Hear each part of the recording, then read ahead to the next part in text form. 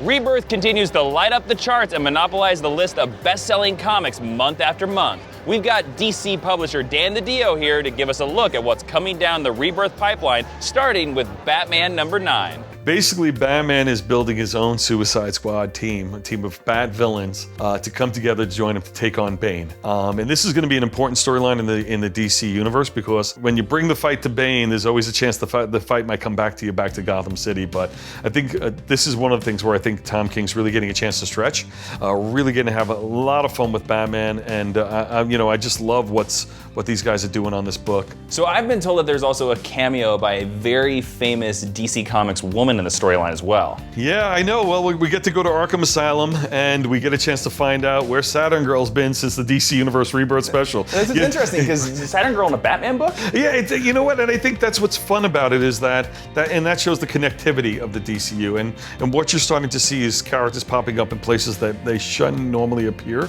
But I think what that does, it shows the connective tissue of what's going on in the world, and also there's a lot of twists and turns naturally we've got planned for her over the course of the next year. But this is a good starting point for her, and it's a good chance for people to find out where she's been since May.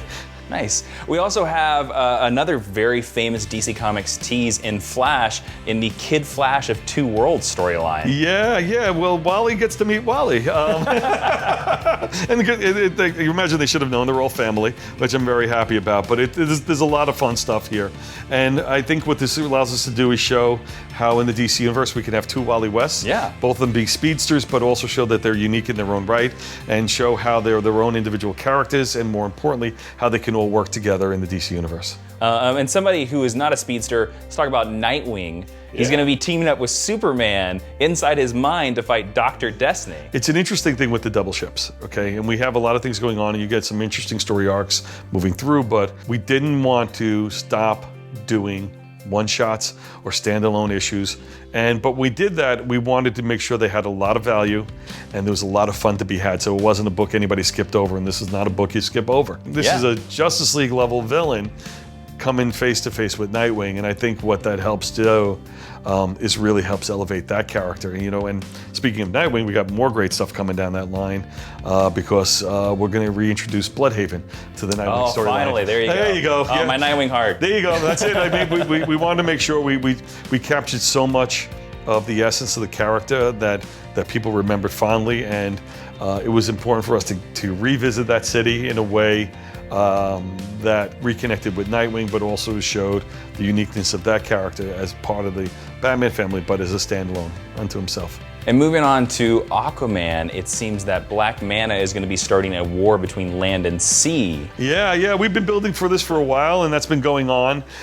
There's a lot of great things happening on that series, and you'll also see what we're calling the Trials of Mira coming down the line, where she's going to be facing her own trials and tribulations. So whatever Aquaman's facing, he might have to face alone, because of the fact that she might be pulled in a completely different direction. So I think you're going to see a lot of turmoil in Aquaman's life, and the fact that he's caught between land and sea war and having to choose sides is going to be going to make for some interesting comics.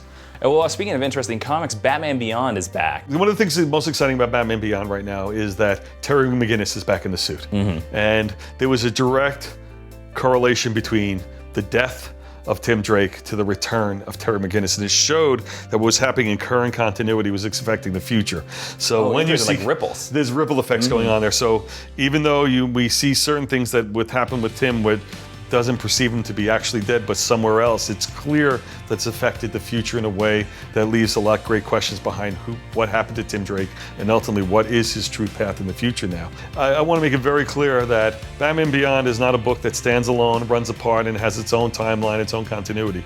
It definitely has connections to what's happening in the DC universe, and what's happening in Batman Beyond. We'll be seeing things that are occurring in the current books affect the future. Yeah. It's interesting. Nice. Well, Dan, thank you so much for giving us an awesome peek at the future of DC Rebirth. My pleasure. Thanks a lot. That's a sneak peek for what's ahead in Rebirth, so make sure you check out Batman's I Am Suicide story arc, which kicks off in issue #9 today. Has a little bit of Bane, has a little bit of Suicide Squad, but it's all Tom King goodness. See you tomorrow, Super Friends.